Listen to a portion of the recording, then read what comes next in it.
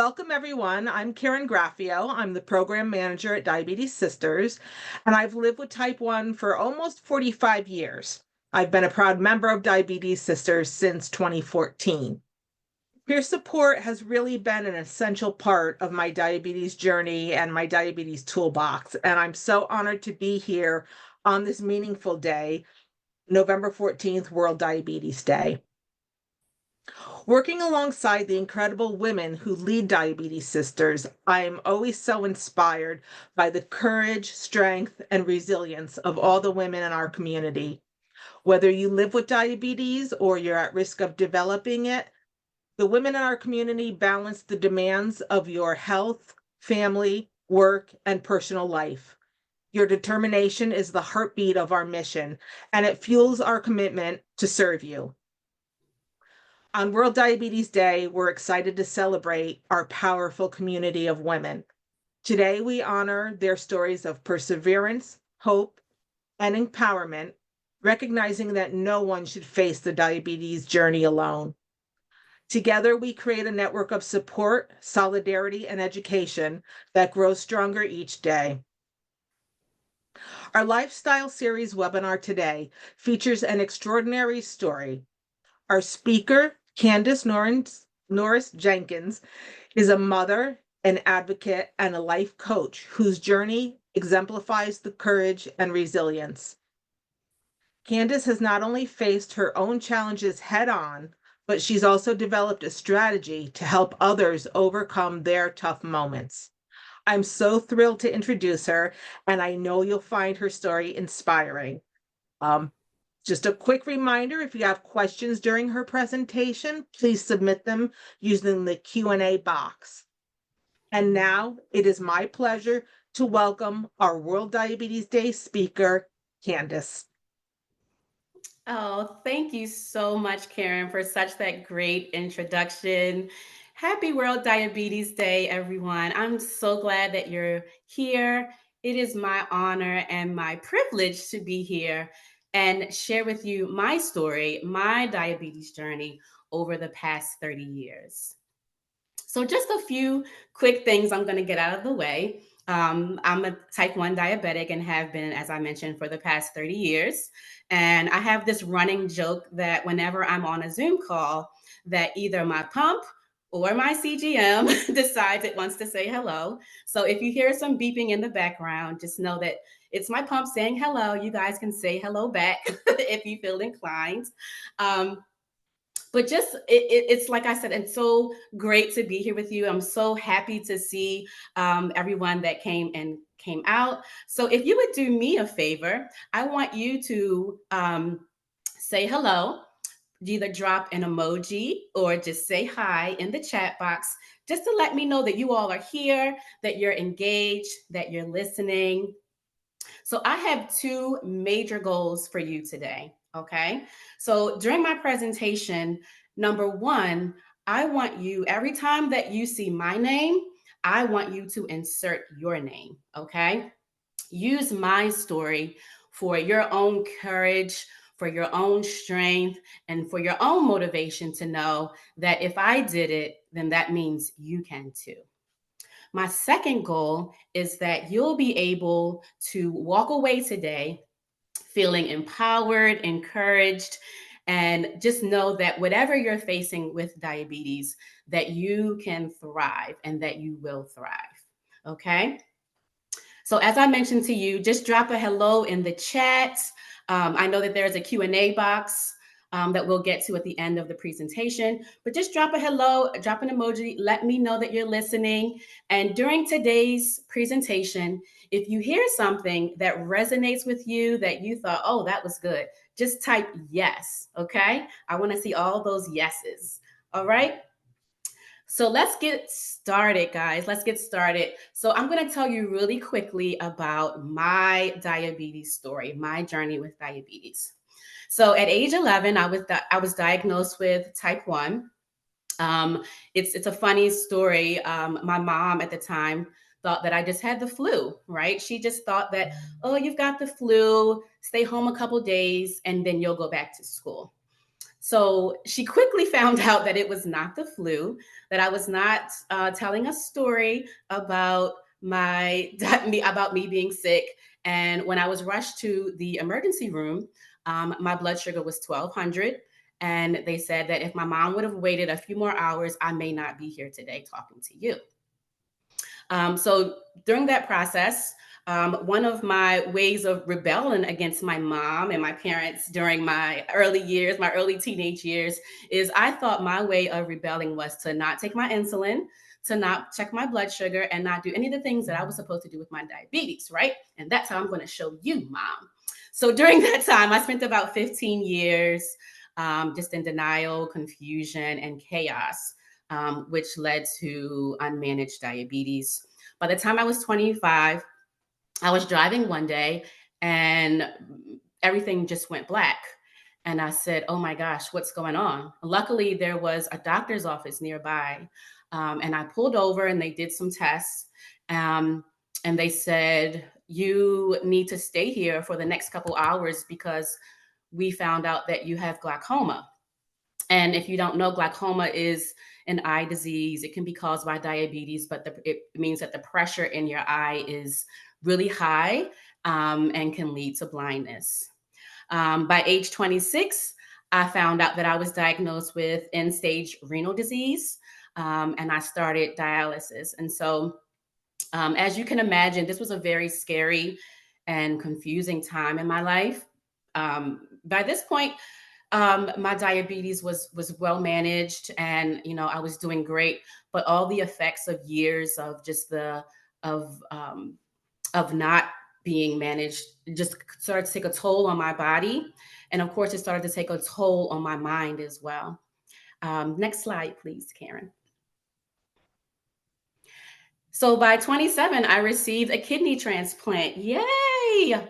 My first kidney transplant was donated to me by my brother. It was a living transplant. It was a living donor transplant. My brother is fine. He's 6 years younger than me. He's doing very well today. He has his own family. He's married with two kids, a boy and a girl.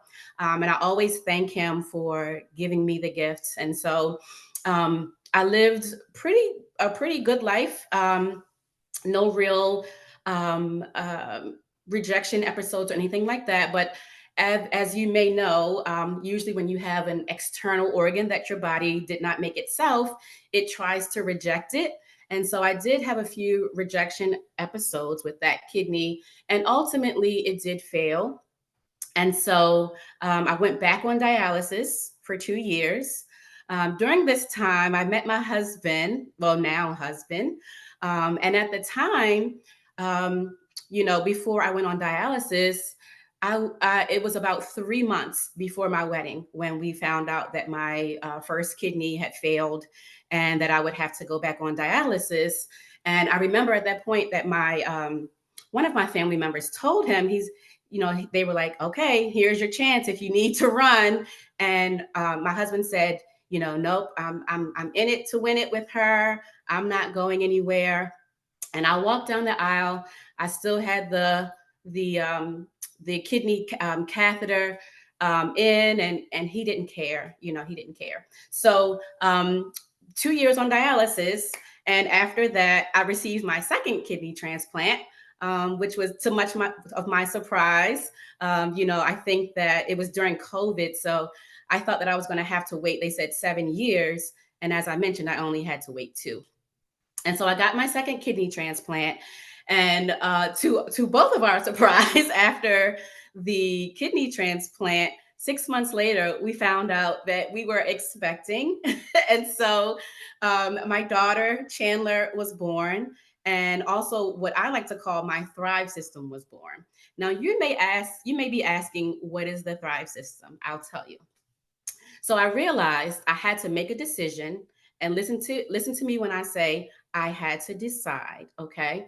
Because when you decide that you're going to take care of your health, take care of your body, and make that decision that no matter what, you're going to beat this thing, you're going to get through it, nothing can stop you. And so I made the decision that I now had this newborn baby, but I also had to manage not only my diabetes, but also that this new kidney that I had.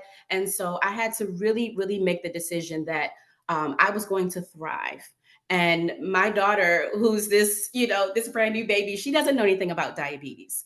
And so I can't let that fall, but I also can't let my diabetes fall either because of all the complications and challenges that I had. And so I created the Thrive system. Oh, that's my family there. That's my daughter. Her name is Chandler. That's us. That was very recent. The picture on your left. That's my husband AJ and my daughter Chandler and our poodle Tucker. We were at a pumpkin patch this past year, so we're all doing really well. But yeah, that's my little family. So next slide, please, Karen. So I created what I call the Thrive system, and I'll tell you exactly what that means. It's an acronym. So as you can see on your screen, T stands for transforming women with diabetes to create H, healthy habits, by R, reshaping a positive perspective around your diagnosis, I, incorporating your faith, V, discovering your value beyond motherhood and diabetes. And E, establishing systems and routines to keep you healthy and happy. Next slide. And so when I created the Thrive system, it was really about all the things that I had learned from my journey with diabetes, finding my way through that to realize my own value, not just as Chandler's mother or AJ's wife, but also who I was as a woman and how I could keep that momentum going despite my illnesses, despite my challenges. It's like whatever I faced in life, the Thrive system is what keeps me going. It's what kept me going through all of that. It was my way of overcoming all that I had been through and still having a positive outlook on life.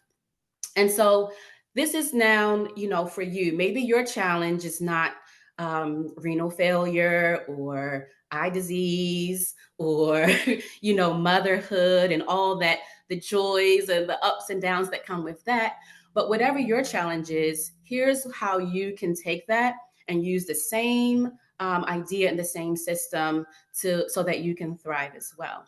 So transforming the T.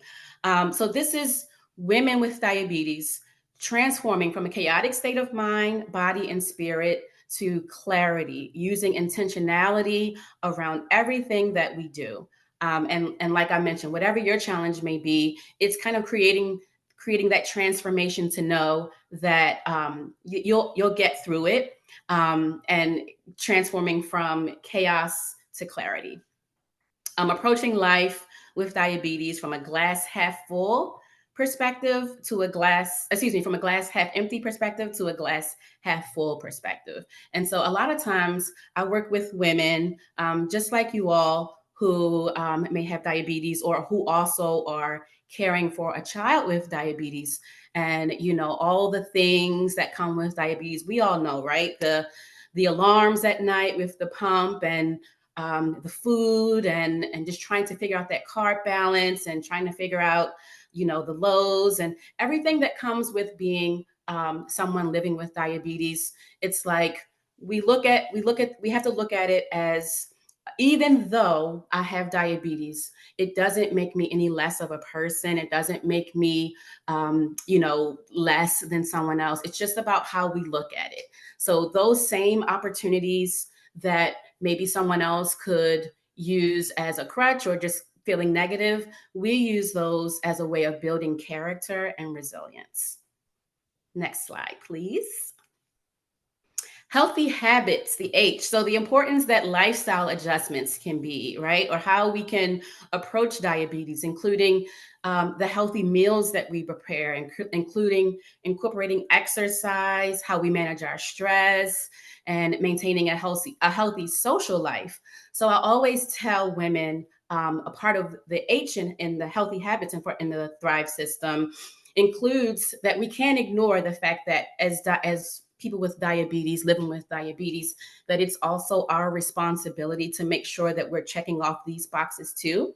Because yes, we do have professionals, medical professionals that help us, but it's our responsibility to make sure that we're doing whatever we can to take care of ourselves. So, an important component that I should mention is that from the time that I got that first kidney transplant up until now, I made a complete transformation in thinking, it's no one else's job to make sure that I eat right. It's not someone else's job to make sure that I take my insulin and all the other prescribed medications. That's my job. So that's where our part kicks in on the healthy habits. We've got to make sure that we're doing what we have to do what's best for us, and that we take that responsibility for our own healthy habits. And that includes managing stress. As a mom of a almost 3-year-old, that can be really difficult sometimes, but we have to find that place of peace for us, because as we all know, I'll speak for myself, that stress can have an effect on your blood sugars. So especially when you get that boost of adrenaline from being stressed, it could actually raise your blood sugar. And I'm not a medical professional, but that has been my experience with stress and diabetes. All right, next slide, please. I'm not seeing anyone in the chat. Let's see. Anyone in the chat? I was looking for some of those yeses. The All chat right. might not be turned on. We might just have the Q&A turned on, but not the chat. Okay, gotcha. Okay. Thanks, Karen. All right, so we'll move on to the R, reshaping a positive perspective around your diagnosis. Listen, I know firsthand how it can be to have diabetes, and diabetes burnout, number one, is very real. I don't want to dismiss that. The feelings that we have about diabetes are very real, and I want to make sure that I'm holding space for that. But overall, the R is about reshaping a positive perspective. So escaping the defeated mindset or the defeated mentality of diabetes has just overtaken my whole life. I can't do anything because I have diabetes.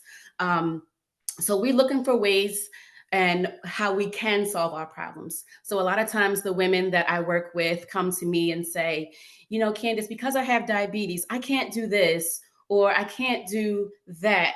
And that may be true, that physically, her blood sugars may be not very well managed at the time. And so it may prevent her from doing some things, or the kind of career that she's in, she can't, exercise during the day or take a lunch or things like that.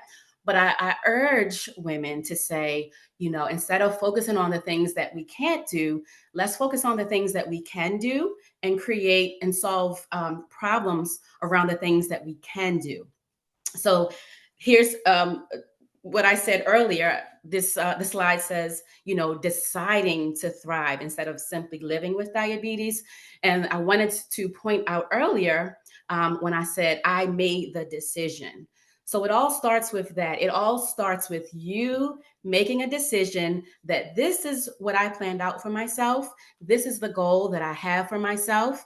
And even with diabetes, I'm going to achieve that goal. And it may take me a little longer, or it may look differently for me to achieve that goal because of my diabetes. But in the end, I'm going to cross that finish line too. All right, next slide, please.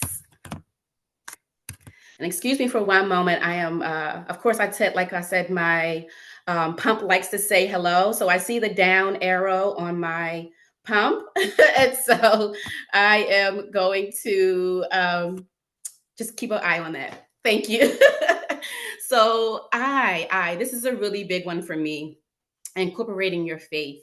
A lot of people, when I tell them my story, they say, well, how did you get through that? Like, what was it that kept you kind of even keeled along the way? And for me, it was such a huge component to incorporate my faith into this system, because even now, with all the work that I'm doing with other women, I teach women that this can be a big component for you. A lot of women tap into their own spirituality, using spiritual practices to cope, to to develop a healthy perspective. Practices like prayer, meditation, mindfulness, devotions. These are all things that I've incorporated into my system. Usually, first thing in the morning, I was telling another woman last week, and she asked me, what did my morning routine look like? And I told her, I said, for me, I do the same thing every morning. It's like a running joke in my family. I do the same thing every morning because I know it. It's like a part of the system is it's just a system for me. So I wake up in the morning, I initiate that system, and just a part of my system looks like prayer, meditation, reading devotions in the morning to get my mind and my spirit right, so that I can attack the day, so that I can be ready for whatever the day brings me. Because we know as busy women and with careers and life, especially with diabetes, that every day can look different. And so for me, by having the system, if I can create my own sense of consistency, it helps with the everyday looking differently with diabetes. And so I do encourage, women to incorporate your faith into your journey. Use it, like I mentioned, as a coping mechanism, something that you can find peace, that you can find joy, that you can find hope.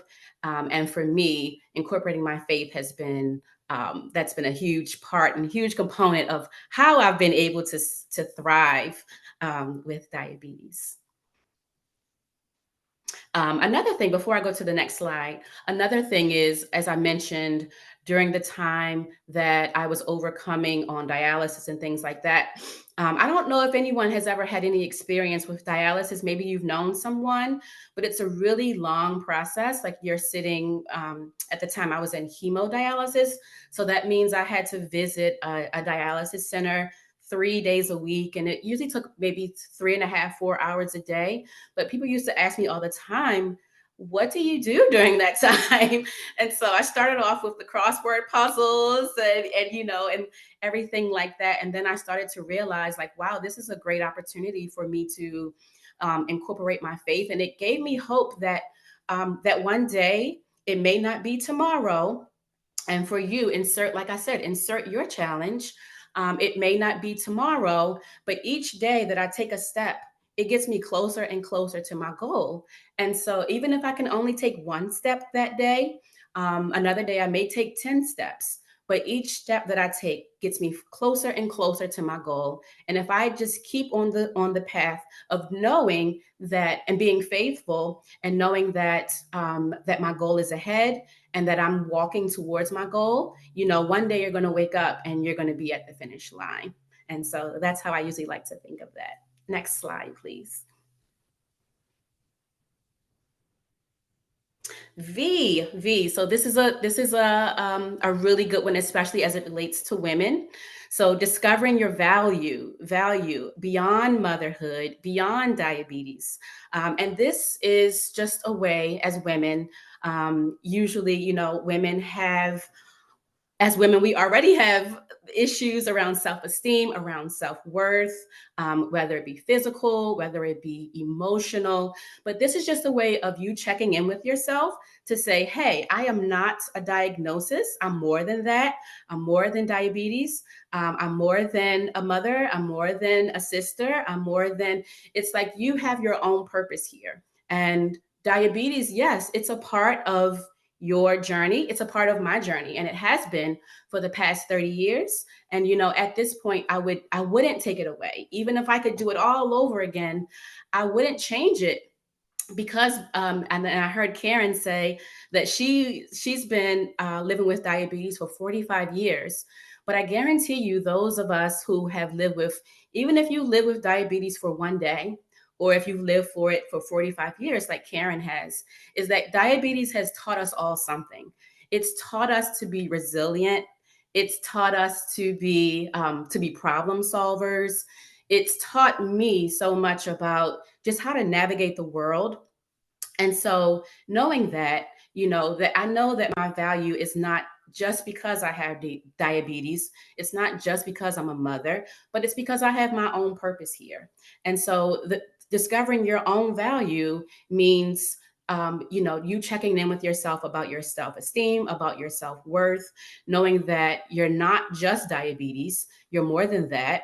Um, getting and I wanted to also tell about the I call it exploring the wonderful world of you. So what does that mean? Some of my hobbies, I love to cook. I love to decorate, like do interior design. There's so many things that make up me. I love going outside. I love to relax. I love reading. There's all these things that I like to do in the wonderful world of me. And so I encourage you all to explore the wonderful world of you. What are some of the things that you like to do? What makes you unique?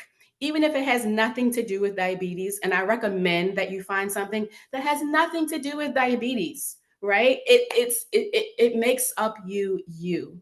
And so whatever that is, I urge you to tap into that. Make a list, and I want you to, as you make that list, start doing more of that. Start doing more of the things that you love, and you'll realize, like, wow, I'm a really valuable person. Like, especially around this time of year, I always volunteer. Now I'm getting my family to do the same, but I always volunteer to feed the homeless around Thanksgiving time. And it brings me so much joy. I can't even explain to you how that makes me feel to be able to serve.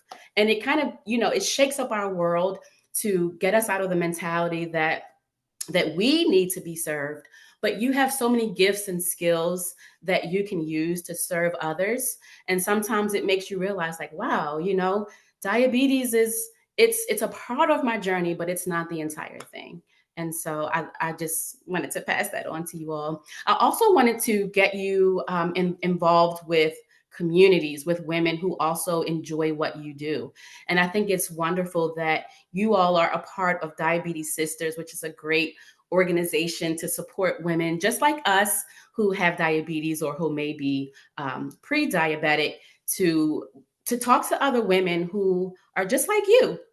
I also have a Facebook group called the Thriving Diabetic Mom Community. It's open to any women who also want that support.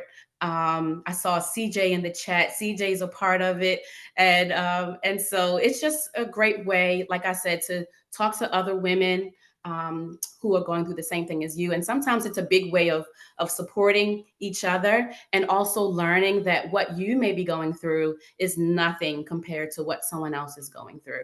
And that will also help you to discover your own value when you're giving and you're serving and you're being of support to someone else. Next slide, please.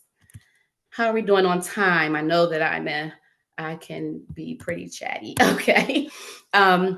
And so the last component, or the last letter of the Thrive system is E, establishing systems and routines that keep you healthy and happy. And I alluded earlier to the fact that I do the same thing every day. Well, that's not by happenstance. That's a part of my Thrive system. And so I establish systems for myself. And this came about when my daughter was born, because so aside from my daughter being born, she spent 72 days in the NICU. She's fine now, as you saw in the picture. She's running around like any other rambunctious toddler, but she spent 72 days in the NICU, and that meant my husband and I spent 72 days in the NICU as well. And so during that time, I didn't have access to a kitchen or anything like that. So most of my meals I had to bring in from home, or try to figure out, my meals for the day, and changing my Dexcom right there in the room. And so it created, I needed to create a way for me to already have everything packed up, ready to go for the day. Make sure that when I got back home, everything was done at home so that I can continue on with the rest of my day. And so I realized that having a system, or having like these routines, was really the thing that helped me. And so I carried that on. I started it then, I carry it now, and it is invaluable. I talk to moms who talk about how they cannot get out of the house in the morning because there's just so much. They're late to work every day, or they forgot their monitor at home. They forgot their medicine at home. And so I said, this is one of the things that keeps me organized. Number one is having a plan for every day. And so, as I mentioned to you on another slide, my system includes waking up every day, starting with devotions, taking my kids to school, taking my medication, and then when I get back home, I have a veggie omelet every single day. And it's become like this running joke in my family. Everybody knows, for breakfast, I'm going to have a veggie omelet without fail. And it's like, well, why do you do that? Well, number one, it's tasty, in my opinion. But number two, I know exactly how many carbs are in that omelet, right? I know exactly 2 hours from when I eat it, what my blood sugar is going to look like. There's not much guesswork involved. And so knowing that, it's easy for me to plan my day. If I schedule a meeting at 10 a.m. when I know I had breakfast at 8 a.m., okay, now I know I need to have some kind of low snack on hand, right? It's 12 something here. I have a little snack here, a little low snack. But it helps me to prepare so that I'm not experiencing all those ups and downs that we usually can experience. It helps me to know, what time I need to eat lunch. Like there's no guesswork involved. If I have a meeting at 12, my lunch is already packed. Only thing I need to do is heat it up or pour it in a bowl if it's a salad or something like that. And I don't have to worry that 2 hours later, usually when you see the peak of your meals, that my blood sugar is super high because I've eaten this crazy meal. I know we all joke about pizza, pizza being the meal that everyone's so scared of because it's so hard to bolus for. I had pizza Friday night with my kids, and my blood sugar was 120 the entire time. And that's not, to say, oh, I'm so perfect, but it's only because I've created this system where my day is pretty monotonous. My days are pretty monotonous in the fact that I do the same things each day. So if I do something differently, or if I eat, pizza, I know kind of what to do, the pre-bolusing, how many carbs. I can kind of get a handle on it. And so that helps with just life, making it so that life can be so unpredictable, as I mentioned, especially with diabetes. And granted, I still have those unpredictable days where my blood sugar will go high for no reason. And we're all sitting there like, well, what happened? But the difference now for me is that I know that those blood sugars don't define me as a person. It doesn't mean that I'm a bad, diabetic. It doesn't mean that I'm a horrible mom because I didn't do something right. It just means that I'm living with diabetes, that these things happen, that that's a part of the journey. And I can quickly pivot out of that and get back on track. And so uh, I put this last little quote: if you stay ready, you don't have to get ready, right? So I'm trying to do the best that I can. I am doing the best that I can to make sure that I'm always ready. And if there happens to be a moment where I'm not ready, it's usually pretty easy for me to bounce back. So that is the Thrive system in a nutshell. And it's what's kept me going. It's what's keeping me going, even throughout, my phases now. I'm entering, a different stage in life hormonally, some hormonal changes as my kids are growing up, and they're going through different things as my husband is doing different things. It kind of makes diabetes, the journey with my journey with diabetes, it makes it a little bit easier for me. Next slide, please. And so I want to leave you with a few tips today, of tips of how you can overcome challenges with confidence. And that is so important. It's like, we all go through challenges, whether it be with our diabetes or outside of our diabetes. But I want you to be confident and whatever those challenges are. So, number one, I mentioned some of this during the slides, but I want you to know that you are more than a diagnosis. Reshaping a positive perspective around your diabetes allows you to approach life with a conqueror mindset.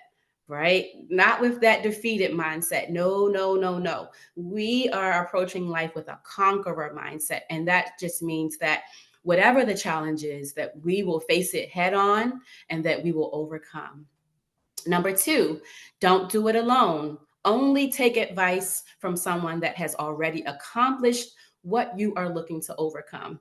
And for me, this was so big, especially, as an early, I wouldn't say a young mother, but an early mother. Everyone tried to tell me what to do with my daughter, what should I be feeding her, I mean, it was just so overwhelming.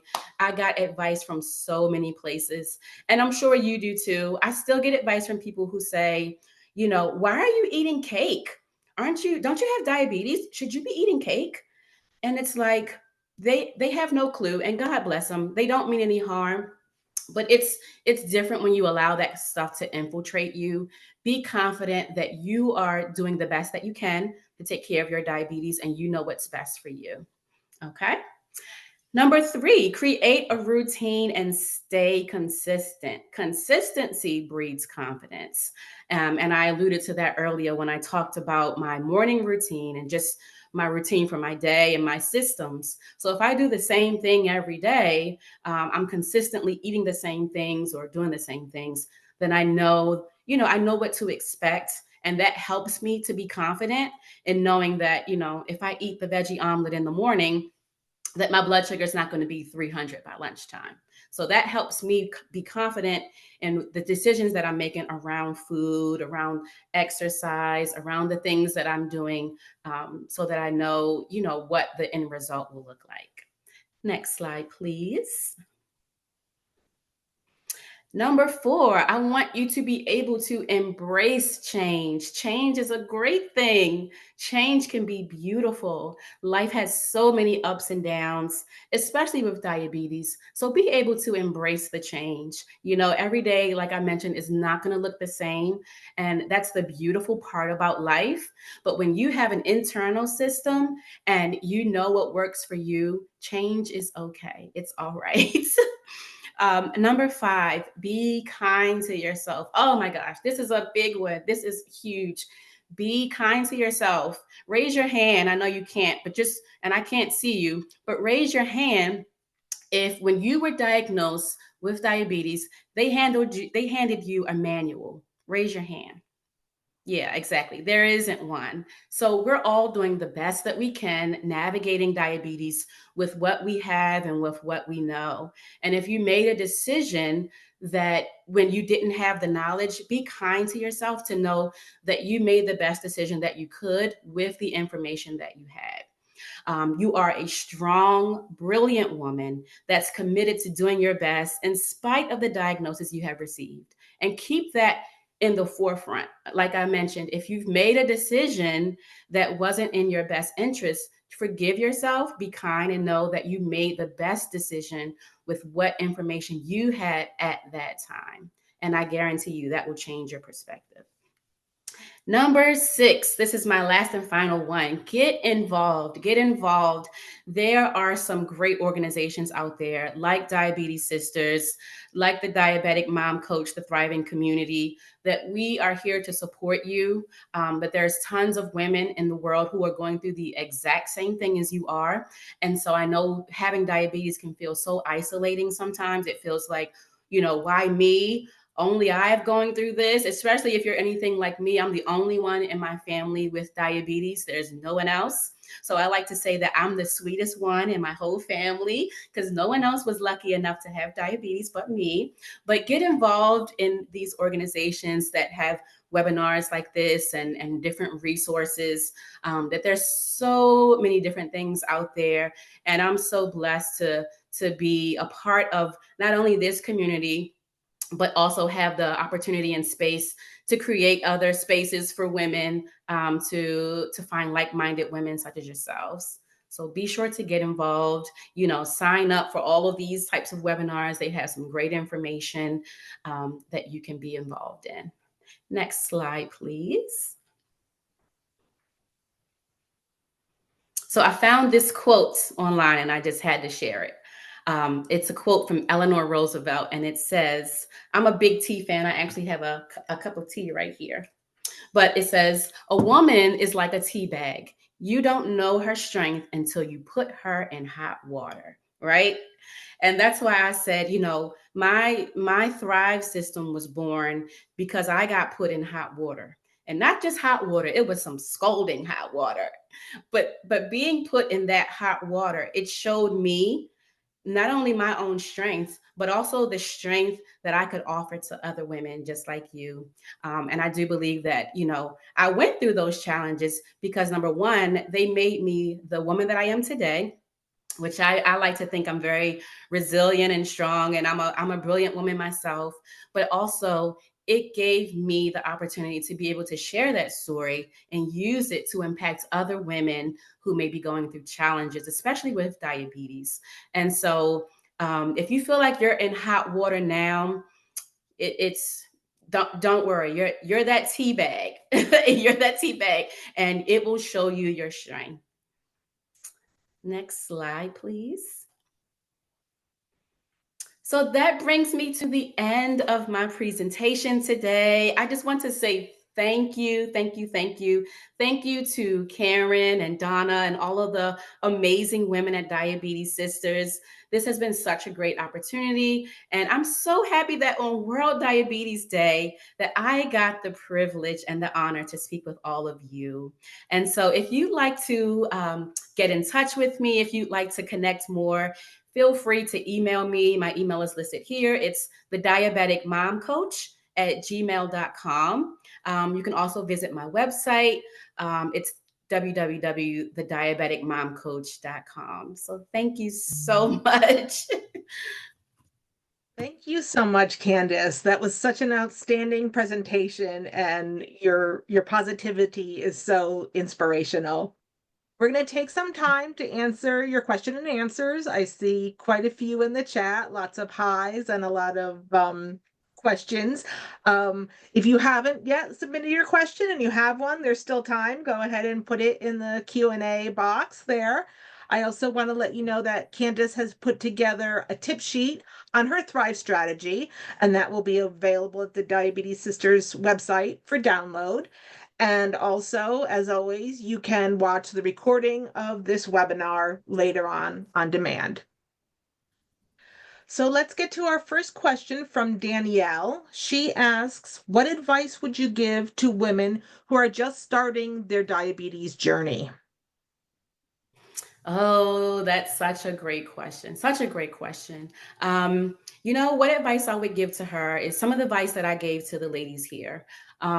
Because no one told me this. It's like no one ever tells you this kind of stuff, but it's like you are more than a diagnosis.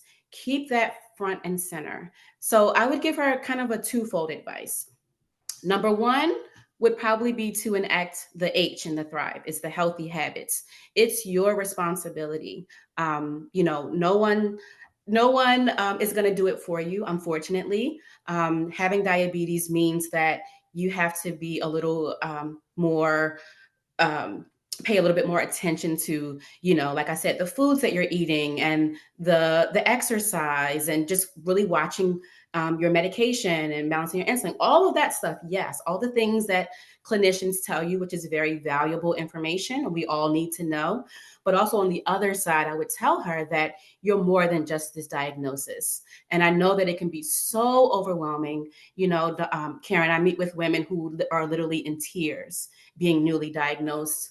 And just know that you're probably going to make some mistakes. Yes, we all have, but you're more than the diagnosis. You're still a beautiful, brilliant, strong woman, and you can do this. You can do it. And so definitely find an organization like Diabetes Sisters. Find someone like the Diabetic Mom Coach who's been through it and who can really help you walk through what diabetes looks like from, the bigger point of view. Excellent. That's great. We have a couple of comments I want to mention as well. Alejandra shared that when she prioritizes her mental and emotional health, she can give to others from a heart that is full of love. And that's Oh, I just love that. such a great comment. Yeah, Beautiful, yeah. beautiful. And it's funny, Alejandra, one thing so people ask me, well, why do you always ask people to say hi or drop emojis in the chat? It's exactly to what you said. So one of the things that I tell people all the time, like you said, is that, we don't pour from an empty cup, but we pour from the overflow. So if your cup is empty, you have to make sure that it's full so that you can now pour out. So when I give these presentations and things, it takes away from my empty cup. And so I always love that, that reassurance from the audience that are pouring back into me. And that's the cycle of this, right? As I pour out, so do you, and we fill each other's cup. And so I love that she said that. That's perfect. It is. It really is. So Mary asks, you've had a lot of big challenges that you faced head on. What was the best advice you received that helped you get where you are today? Ooh, the best advice I received was to rest. That has been the best advice I received. And I didn't realize how important that was. But, usually when someone says rest, we think of sleep, which rest needs to be sleep as well. But I never thought about having diabetes, the mental rest that's needed. As I mentioned, diabetes burnout, just the fact that just to rest physically, rest emotionally, rest spiritually, and allow that cup to be filled. Because you, like, I'm sure, like many other women, I used to be all over the place, just doing everything for everybody. And I realized, like, wow, like, doing all of this stuff, I'm getting so burnt out. And just to be able to sit back and rest, and then once my cup is full, I can then pour out to other people. So that's been the biggest piece of advice. Excellent. We have another comment here that I want to share and celebrate. Deborah says that sometimes pizza makes her blood glucose go up, but she was able to have a slice last week and it didn't go Woo! up. So yeah, hey Deborah, Was good it for you. was it cheese or pepperoni, Debbie? Was it cheese or pepperoni? I know I'm all in for cheese or Yeah, me pepperoni and too. extra Me cheese on too. that also. I love She that. says it was cheese, a All right. delicious slice of cheese pizza, and All was right. able Good way to to go. keep her numbers fairly stable. So that's Yes. great. I love Alejandra that. asks, who is on your support team? Who do you consider your team that gives you your support? That's a great question. So I aside from being a diabetic coach and mentor, I also have a mentor. So I speak with a woman who she's had diabetes. She beats you, Karen. She's had diabetes for, I think, 63 years now. Um, Wow, that's and I fantastic. met her. I met her when I was, I want to say, either 17 or 18. So I've known her so long. But like I told the other ladies in my slide, is to talk to someone that's accomplished what you've already accomplished. And she's lived with diabetes now for 63 years. And that's something that I'd like to accomplish. So when I need support or help, I usually go to her because she's been through, she's run the gamut. She was diagnosed at 11 years old. Isn't that funny? So was I. But she's been through everything as a diabetic, and she can kind of help to navigate me where I need to go. I also consider my husband is a huge support system of mine. I actually have a video. My husband and I did a video about how to support your spouse with diabetes. It was really cool, and it was really such an eye opener for me because, as the person living with diabetes, we don't realize what the spouse is going through. If you're anything like me, my husband has had to get up many a nights to go down and get me some juice for to be able to solve a low blood sugar. Um, thank God he doesn't do it anymore because I keep juice upstairs now. That's a part of the Thrive system. But in those earlier days, he had to fulfill that role, and he's kind of just always there. Like, he knows me. He gets it.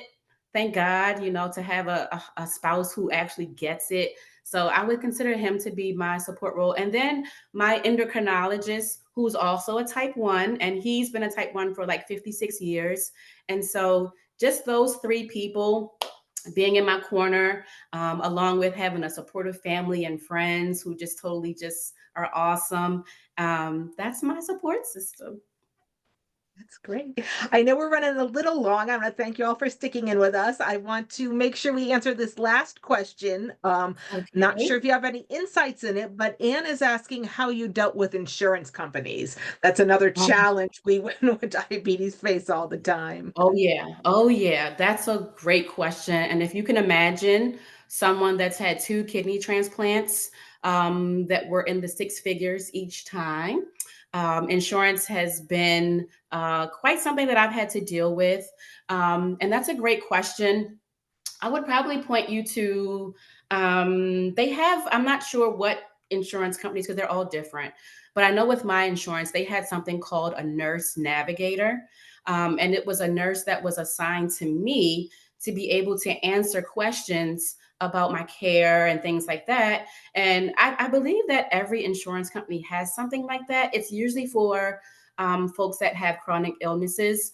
And to be honest with you, it's in the benefit of the insurance company because if they can get ahead of the some of the preventative issues and help you, it usually means that you're not using up as many of their insurance dollars. So I would suggest to start there to call your insurance company and see if they have something like a nurse navigator or someone that can help you dealing with your diabetes. And I want to mention that a week from today, we have a webinar on self advocacy, which I'm going to tell you about in a minute. So that is Mm. something that you'll want to catch too to learn more about dealing with insurance. But before I tell you about that, I want to thank everyone for being here and for your thoughtful questions. And Candice, on behalf of all of us here at Diabetes Sisters, we thank you so much for sharing your story. Yeah, thank Your you, message Karen. resonates and will help so many women in our community. I also want to remind you that coming up on December 3rd is National Giving Tuesday. As we approach this day, we invite you to help us make a lasting impact. Your contributions can support the work of Diabetes Sisters in several important ways by expanding our educational programs tailored to the unique needs of women like you with or at risk of diabetes, strengthening our support network that offers a sense of belonging and empowerment, and creating safe spaces where we can all share, learn, and grow together. You can contribute directly through our Giving Tuesday campaign page, and you can help us by spreading the word about our mission to all your friends and family. Every contribution, large or small, makes such a difference, and it reminds all of us women living with diabetes that we're never alone.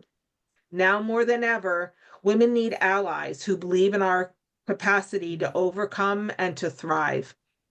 With the unwavering support from the Diabetes Sisters Board of Directors, we thank you all for standing with us to make a meaningful difference. Together, we'll ensure that women living with or at risk of diabetes shine brightly, and we light the way for others to follow. Thank you all so much for joining us today. Candice, again, thank you for such a wonderful presentation, and we look forward to seeing you at our upcoming events.